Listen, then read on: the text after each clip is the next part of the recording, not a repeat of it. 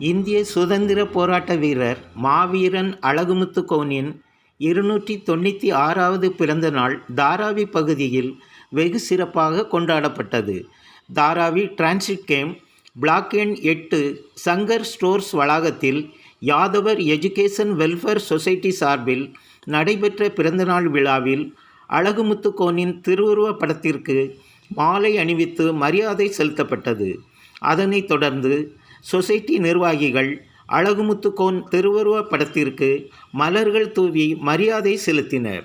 இந்நிகழ்ச்சியில் யாதவர் education welfare society செயலாளர் சங்கர் யாதவ், துணை செயலாளர் முருகன் யாதவ், முத்து யாதவ், ஆனந்த் யாதவ், சுந்தர் யாதவ், வெள்ளைச்சாமி யாதவ், பூசாரி யாதவ், இசக்கி யாதவ் உள்ளிட்டோர் கலந்து கொண்டனர். பிறந்த நாளை முன்னிட்டு சங்கர் யாதவ் சார்பில் அனைவருக்கும் இனிப்புகள் வழங்கப்பட்டது. மாவீரன் அழகுமுத்து கோன் தூத்துக்குடி மாவட்டம் கட்டாளன்குளத்தில் 1728ஆம் ஆண்டு ஜூலை மாதம் 11ஆம் தேதி பிறந்தார். ஆங்கில ஆட்சிக்கு எதிராக 1750 முதல் 1757ஆம் ஆண்டு வரை அவர் சுதந்திர போராட்டத்தில் ஈடுபட்டு வந்தார்.